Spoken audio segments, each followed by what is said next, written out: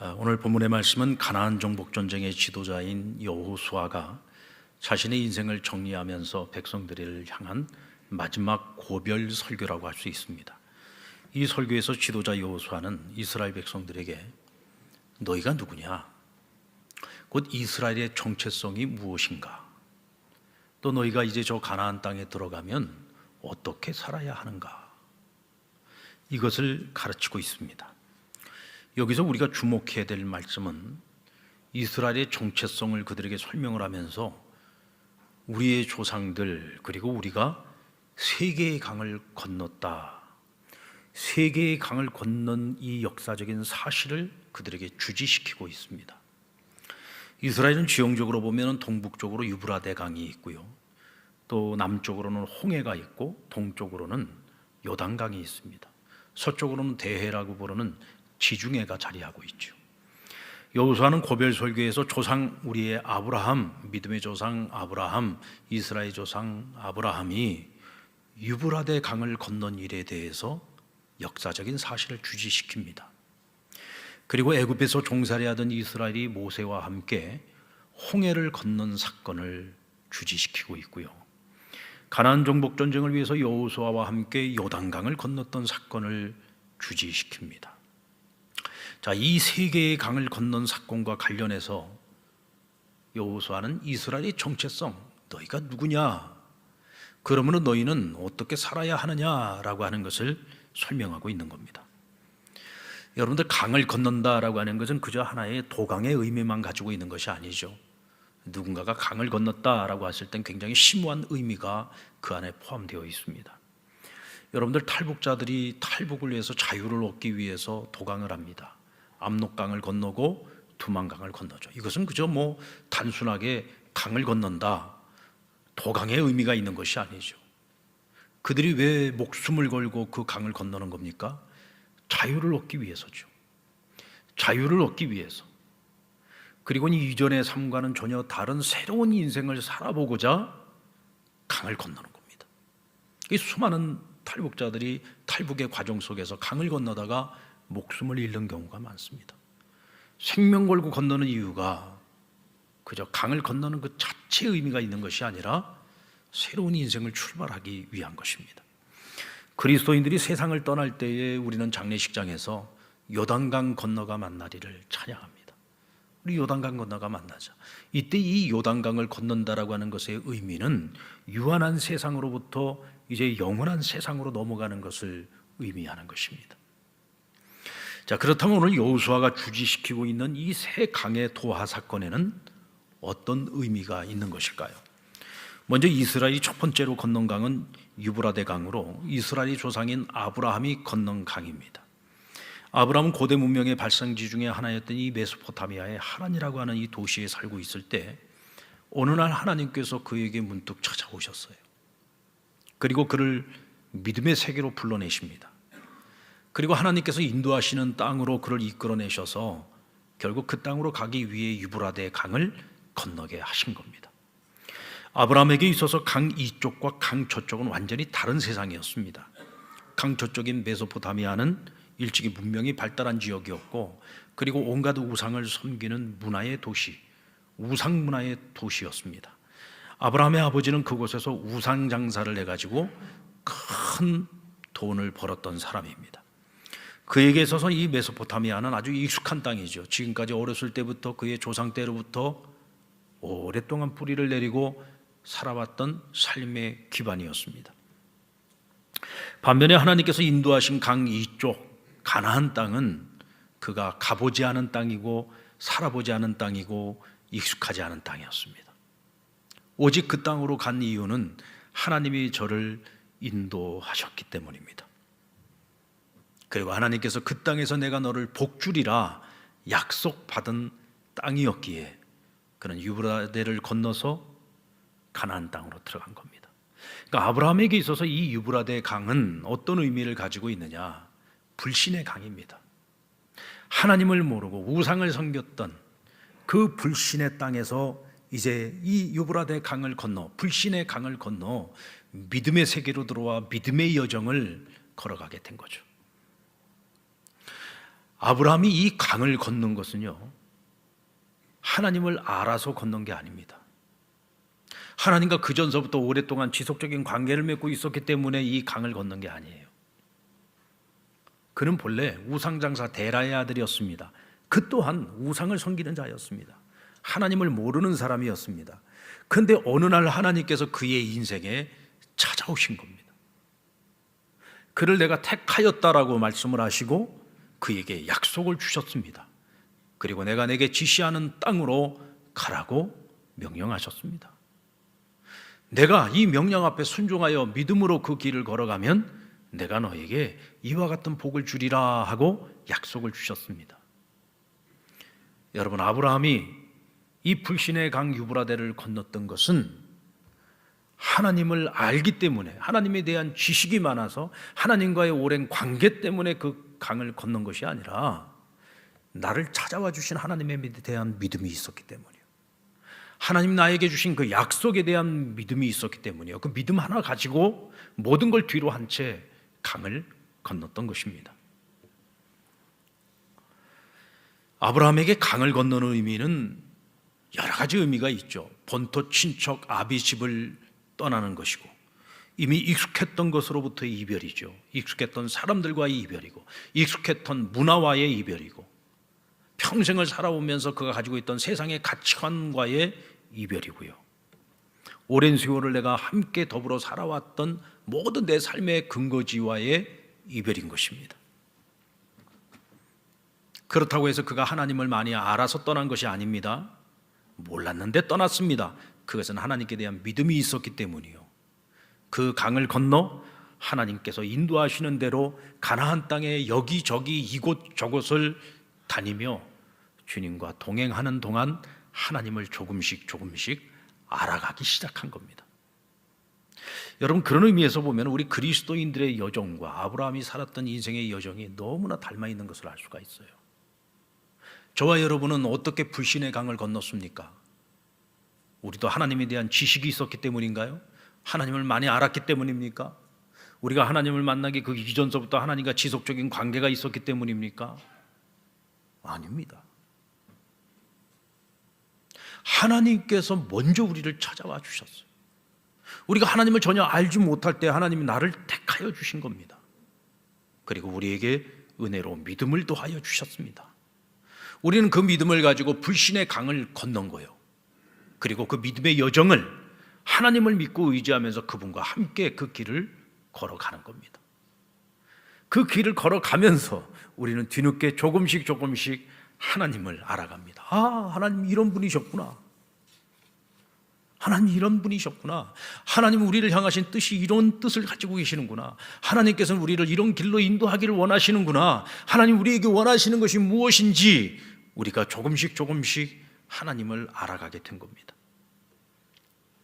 근데 분명한 것은 아브라함이나 우리나 불신의 강을 건널 수 있었던 것은 전적인 하나님의 은혜라는 거죠. 왜 그렇습니까? 하나님이 우리를 이끌어내신 겁니다. 3절 말씀에 보면 내가 너희 조상 아브라함을 강 저쪽에서 이끌어내어 그랬어요. 이끌어내었다. 아브라함에게도 우리에게도 그리고 아브라함의 후손인 이스라엘에게도 하나님께서 그들을 이끌어내신 사건, 이 불신의 강을 건너서 믿음의 세계로 나아가게 하신 이 사건은 그들에게 전적인 하나님의 은혜인 것입니다. 여러분, 오늘 저와 여러분이 믿음을 가지고 이 자리에 있을 수 있는 것, 한 주간을 살아가면서 온전치는 못하지만 그래도 주님과 함께 그 믿음의 여정을 걸어갈 수 있는 것, 그것이 하나님의 은혜인 것을 믿으시기 바랍니다. 하나님의 은혜로 얻었습니다. 그리고 이스라엘이 두 번째로 건넌 강은 남쪽에 있는 홍해죠. 홍해 저쪽에는 메소포타미아만큼이나 문명이 발달한 애굽이라고 하는 나라가 있었는데 이스라엘은 400년이 넘는 세월을 이 애굽 땅에서 살았습니다. 이 땅에서 자유인으로 살았던 게 아니에요. 이 땅에서 종로를 타고 살았습니다. 그런데 오늘 하나님께서 모세를 지도자로 세워서 그들을 애굽으로부터 이끌어내어 홍해를 건너게 하신 것입니다. 이스라엘을 이끌어내어 건너게 하신 이 홍해 바다, 이것은 마치 과거의 불신의 강을 건너서 믿음의 세계로 들어온 사람들, 근데 그것이 끝이 아니에요. 믿음의 여정을 걸어가면서 하나님께서 그들을 믿음의 세계로 이끌어내신 이유는 세상에서 종로로 타며 살아가라고 그들을 믿음의 세계로 이끌어낸 것이 아니거든. 세상의 빛이 되라는 거잖아요. 복의 근원이 되라는 것 아닙니까? 하나님께서 아브라함을 믿음의 조상으로 택하신 이유가 뭐예요? 그의 후손을 축복하신 이유가 뭡니까? 그들이 세상에서 빛의 역할을 감당하고 세상에서 복의 근원이 되라는 것이었거든요.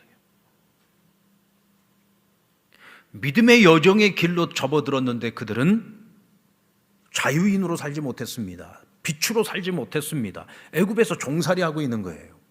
이곳이 아무리 문화와 문명이 발달한 지역이고 풍요로운 지역이라고 할지라도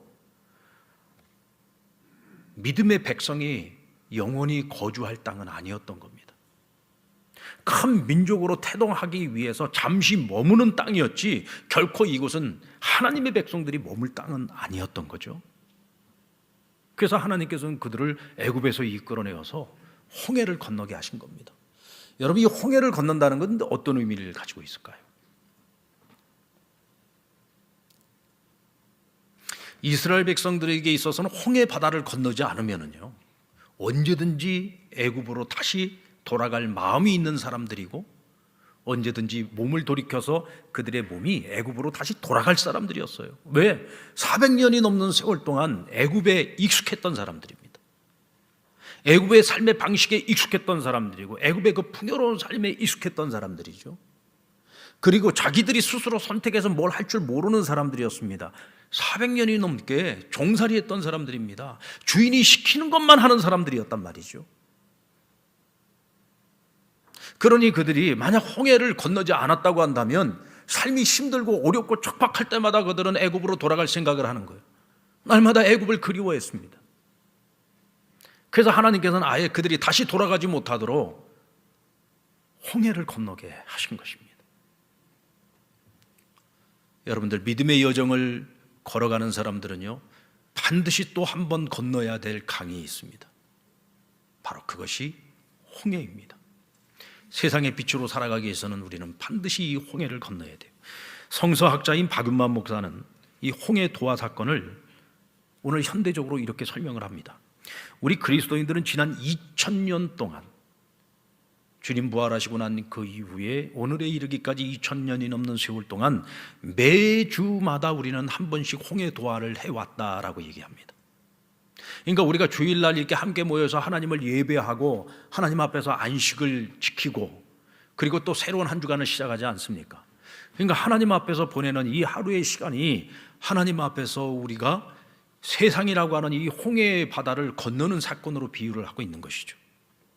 우리는 한 주 동안 몸과 마음과 생각이 세상에 속하여 있고 세상의 가치관에 휩쓸리고 세상에 사로잡혀서 살다가 주일이 되면 다시 우리 자신을 교회로 이식시킵니다. 그래서 새로운 음식인 그리스도의 몸과 피를 먹고 하늘의 양식인 하나님의 말씀을 먹으면서 우리 영혼을 하나님의 말씀으로 새롭게 재충전해서 이제 우리가 새로운 한 주간을 세상에 나가서 또다시 살아야 되잖아요. 근데 이 세상에서 우리가 살아가는 우리의 사명이 뭡니까? 세상의 빛으로서 살아가는 거죠.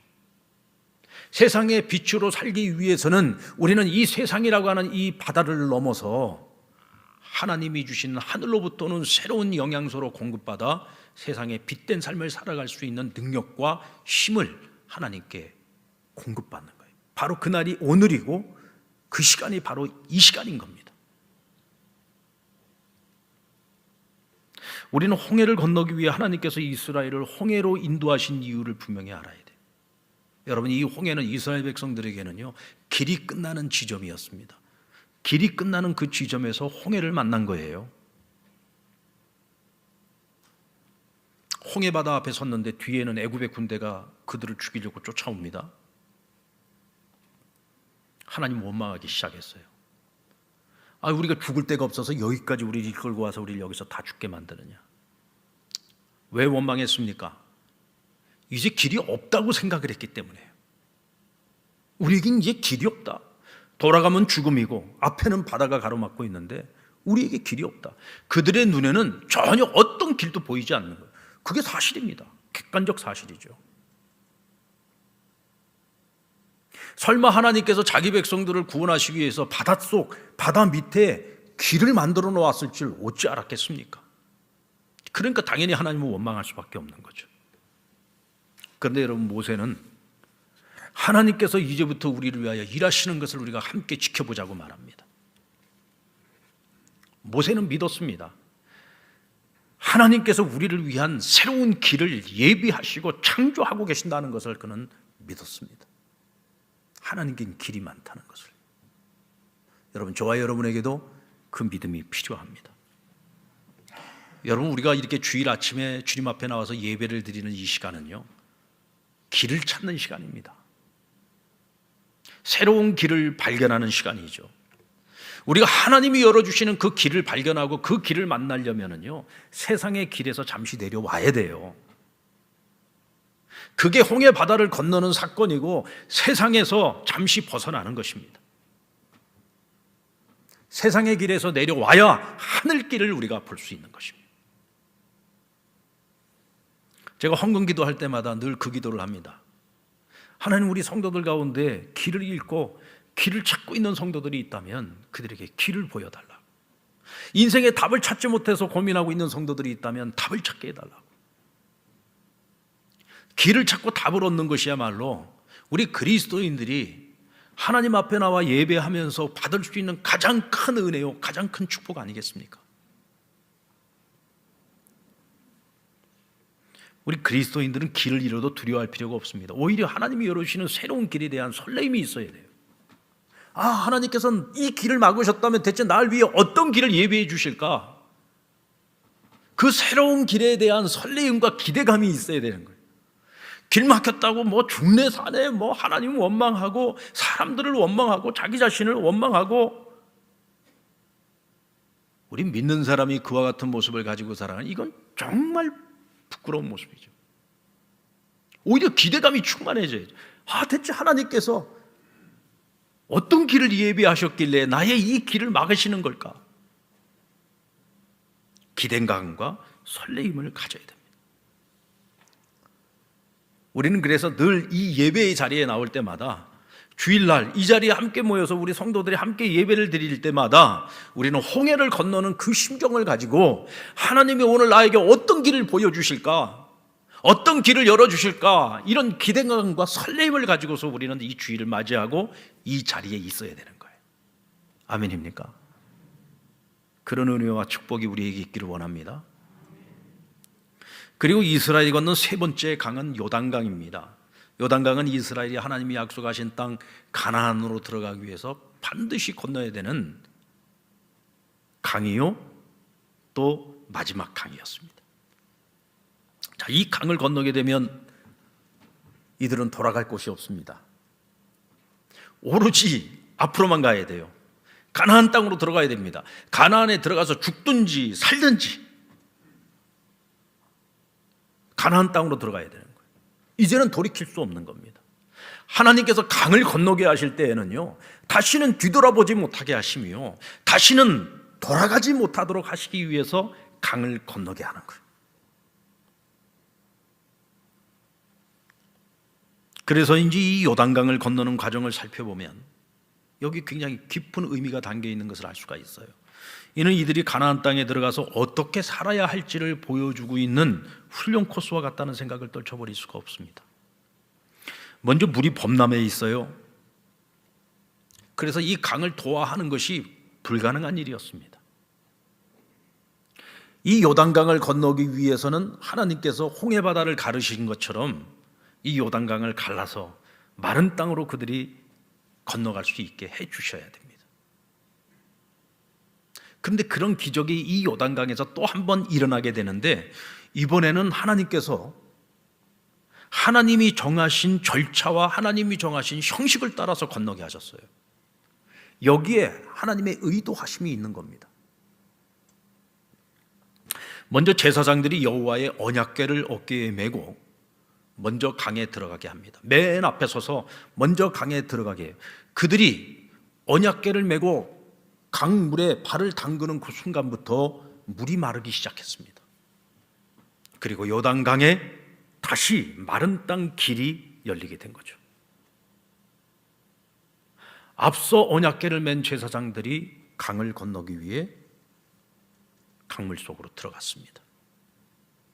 그리고 그 뒤를 따라서 적어도 한 917m 정도 간격을 두고 이스라엘 백성들이 앞에 제사장들이 메고 가는 언약궤를 바라보면서, 이 언약궤는 하나님의 임재의 상징이잖아요. 그러니까 하나님을 바라보면서 같이 그 강을 건너는 겁니다. 여러분, 사실 마른 땅이 열리기는 했습니다만 그 강을 건널 때 얼마나 두려웠을까요? 얼마나 두려웠겠습니까?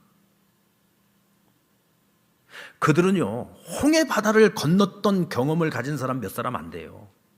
그들은 다 오는 동안에 죽었습니다. 그들은 지금 이 요단강을 건너는 것이 처음 있는 일이요. 지금 그 시퍼렇던 그 강물이 갑자기 갈라지면서 길이 열렸단 말이죠. 이 길을 건너면서도 얼마나 두려웠겠어요. 이거 언제 물이 덮칠지 모르는 상황 아닙니까? 그래서 참 놀라운 것은 언약궤를 메고 있는 이 제사장들이요, 강을 먼저 건너가지 않았어요. 강 밑으로 내려가 강물의 그 정중앙 가운데에 딱 자리하고 서 있습니다. 그래서 백성들이 그 강물을 다 건너갈 때까지 끝까지 지켜보고 있다가 그들 마지막 한 사람까지 다 건너고 난 후에 제사장들이 강을 건넙니다. 여기서 우리는 하나님의 위치를 주목해야 돼요. 그럼 이스라엘이 강을 건널 때 하나님은 어디에 계셨는가? 하나님은 어디에 계셨습니까? 제사장들이 메고 있는 언약궤와 함께하고 계셨죠. 하나님은 이스라엘보다 먼저 물에 들어가셨습니다. 그리고 하나님의 발이 그 강물 속으로 들어가는 그 순간에 길이 열렸습니다.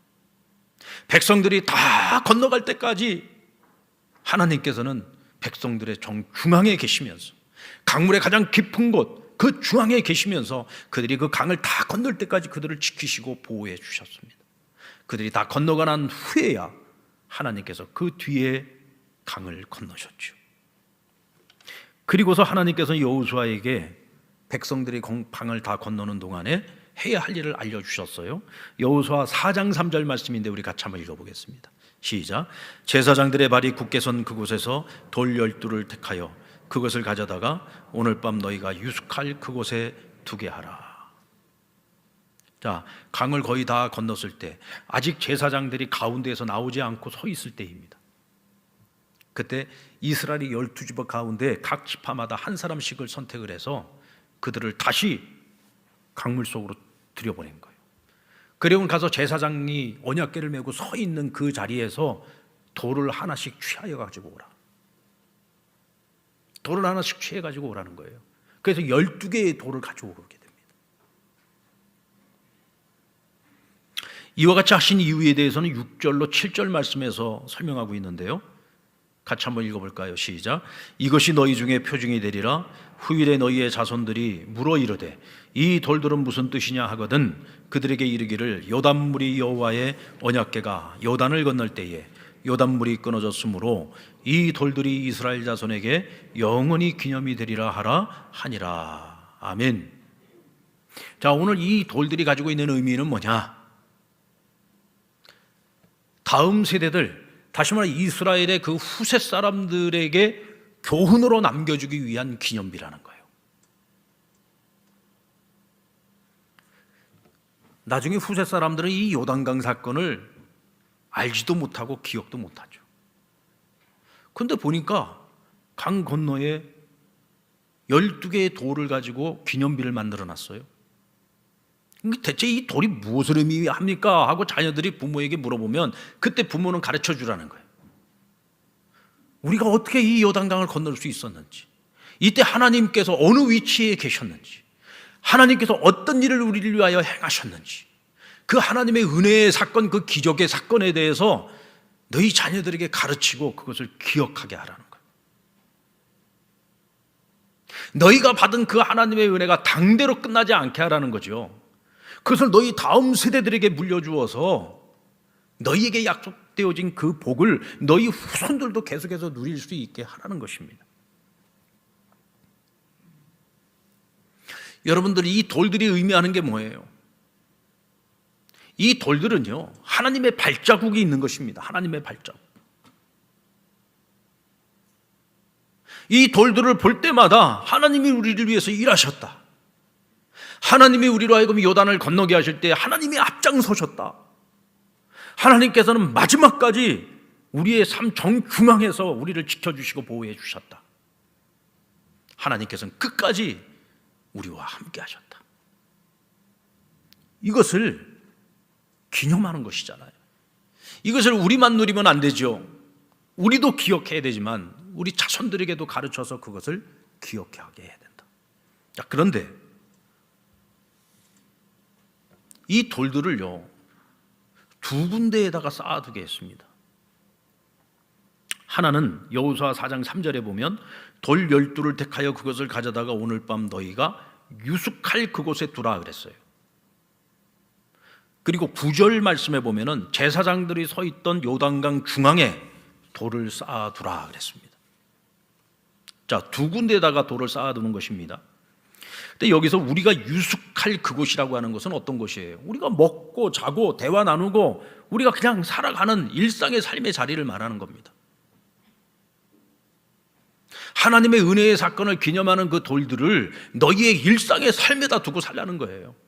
어쩌다가 주일날 한번 생각해내는 그런 하나님이 아니라 너희들이 살아가는 모든 삶의 자리, 그것이 가정이 되었든 직장이 되었든 일터가 되었든 어디가 되었든 그 속에서 너희를 위해서 일하셨던 하나님, 너희를 요단강을 건너게 해주셨던 그 하나님, 그 하나님의 은혜를 잊지 말고 살라는 거예요. 항상 하나님 앞에서 살라는 거죠. 주를 바라보고 살아가라는 것입니다. 근데 이 돌들을 또 한 군데에다가 쌓아두라고 했죠. 어디에다 쌓아두라고 했습니까? 요단강 정중앙에, 강이 말라서 제사장들이 언약궤를 메고 굳건하게 서 있었던 바로 그 자리, 돌을 처음 가지고 왔던 바로 그 자리죠. 거기에다가 12개의 돌을 쌓으라는 겁니다.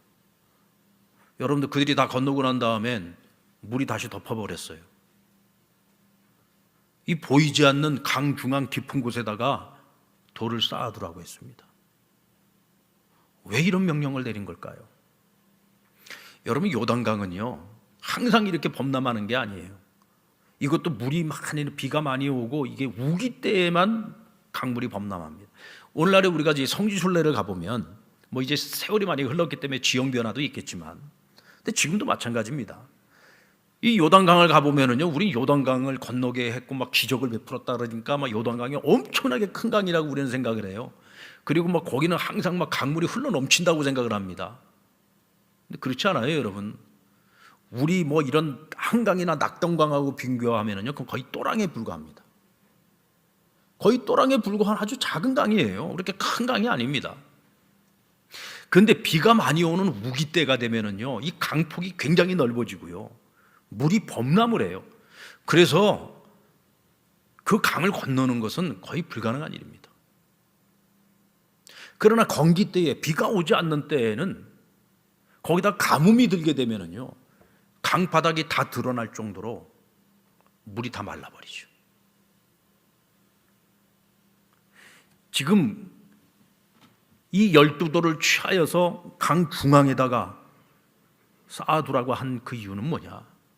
가뭄의 때가 임했을 때, 이스라엘의 위기가 찾아왔을 때, 그때 내 자녀들의 손을 잡고 이 요단강가에 와서 그 강 중앙에, 그 메마른 땅에 쌓여있는 그 12개의 돌을 보여주면서 하나님께서 우리를 위해서 행하셨던 과거의 그 기적의 사건과 그 은혜의 사건을 그 자녀들에게 시청각적으로 보여주면서 가르치고 기억하게 하라는 것이죠. 길을 잃었을 때 방황하지 말라는 겁니다. 두려워하지 말라는 겁니다. 우리에게는 창조주이신 하나님이 함께 하시고 그 하나님이 우리의 주인 되시기에 얼마든지 우리에게 새로운 길을 열어주실 수 있다. 바다에도 길을 내실 수 있고, 강에도 길을 내어주실 수 있고, 광야에도 길을 내어주실 수 있는 분이 전능하신 하나님, 창조주 하나님, 우리의 하나님이신 여호와이시다 라고 자녀들에게 가르치고 그것을 기억하게 하라. 그래서 그 은혜의 강줄기가 끊임없이 너희 후손들에게 흘러가게 하라는 것입니다. 그러니까 이 요단강은요, 이스라엘 백성들에게는 은혜의 강인 것입니다. 유브라데 강이 그들에게 불신의 강, 그 불신의 강을 건너서 믿음의 여정을 시작하게 하지 않았습니까? 홍해를 건넌다. 이 홍해라고 하는 것은 세상의 강을 말하는 겁니다. 이 세상이라고 하는 이 강을 넘어서 우리가 세상의 빛으로 살아가는 것이죠. 그리고 이 은혜의 강을 건너므로써 우리는 이 은혜의 강줄기가 우리 세대에서 끝나는 그 다음 세대까지 이어갈 수 있게 하라는 것입니다. 여러분, 오늘 우리 그리스도인들 역시도 이 세계의 강을 건넌 사람들입니다. 저와 여러분도 이 세계의 강을 건넜습니다. 불신의 강을 건넜고 매주마다 세상의 강을 건너고 있고, 그리고 우리는 여전히 은혜의 강줄기 속에서 요단강을 건너 요단강가에서 우리는 날마다 그 은혜를 목도하며 살아가고 있죠. 강을 건넌 사람들의 행동은요, 우리가 건너온 강을 잊지 않는 겁니다. 여러분, 우리가 건너온 이 강을 잊지 마시기 바랍니다. 내가 건넜던 불신의 강을 잊지 마십시오. 세상의 강을 잊지 마십시오. 우리가 어떻게 그 강을 건넜는지를 기억하시기 바랍니다. 하나님 내게 어떻게 은혜의 강줄기를 끊임없이 쏟아부어주고 계시는지를 기억하십시오. 이때 우리는 세상의 뻔한 길을 걸어가는 것이 아니라 날마다 창조주신 하나님과 하나님께서 당신의 자녀들을 위해 열어주시는 끊임없는 새로운 창조의 길, 새 역사의 길, 특별한 길을 걸어가게 될 것입니다. 여러분, 그 길 가운데에서 저와 여러분이 늘 함께 걸어갈 수 있기를 주의 이름으로 축원합니다.